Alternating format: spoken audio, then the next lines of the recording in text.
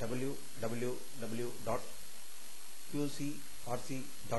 என்ற இணையதளத்திற்காக நியூஸ் தமிழ் செய்தி அறிக்கையில் உங்களை சந்திப்பதில் பெருமகிழ்ச்சி அடைகிறோம்.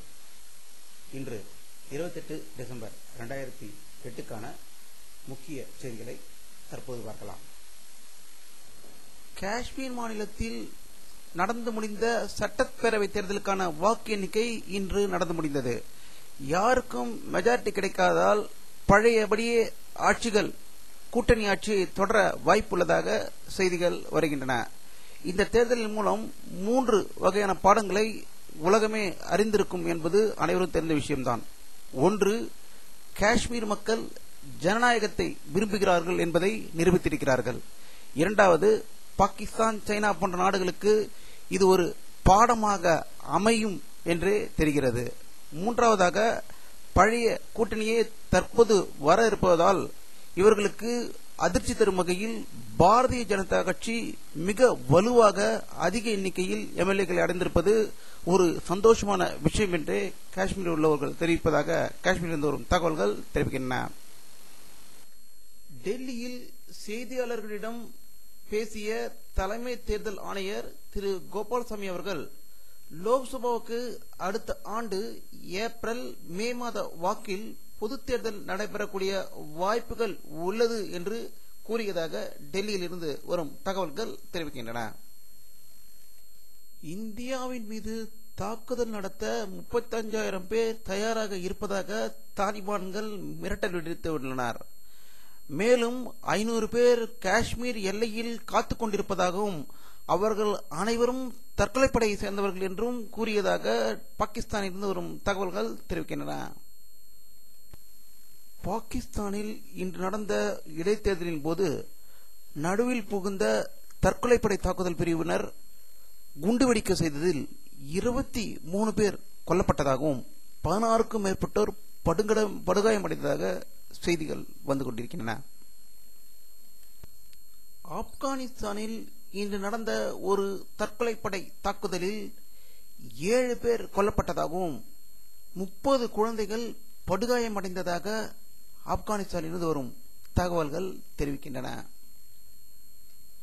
இலங்கை தலைநகர் கொழும்புவில் இன்று நடந்த ஒரு தற்கொலைப்படை தாக்குதலில் 6 பேர் உயிரிழந்ததாகவும் பலர் காயமடைந்ததாகவும் கொழும்பிலிருந்து வரும் செய்திகள் தெரிவிக்கின்றன.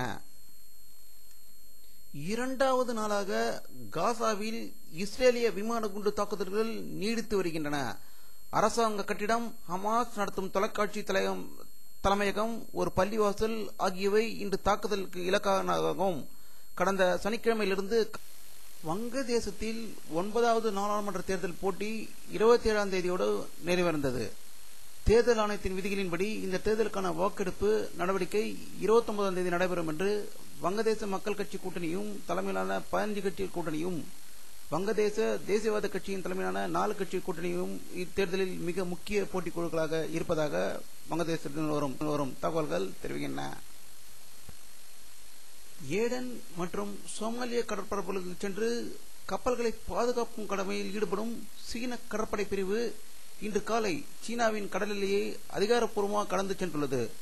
அதிகாரிகள் மற்றும் ராணுவ அனைவரும் உறுதிமொழி எடுக்கும் நடவடிக்கையை இன்று நடத்தியதாக செய்திகள் வந்து கொண்டிருக்கின்றன.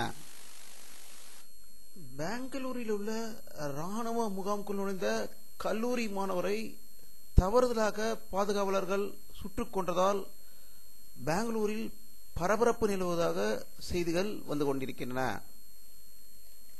மதுரை திருமங்கலம் வாக்காளர்களுக்கு அதிமுகவினரும் திமுகவினரும் பணம் கொடுப்பதாக தகவல் பரவியதை தொடர்ந்து திருமங்கலத்தில் திமுகவினருக்கும் அதிமுகவினருக்கும் கடும் மோதல் மூண்டதாகவும் இதனால் தொகுதியில் பதட்டம் நிறைந்ததாக காணப்படுவதாகவும் 9 வாகனங்களில் கண்ணாடிகள் உடைக்கப்பட்டதாக திருமங்கலத்திலிருந்து வரும் செய்திகள் தெரிவிக்கின்றன.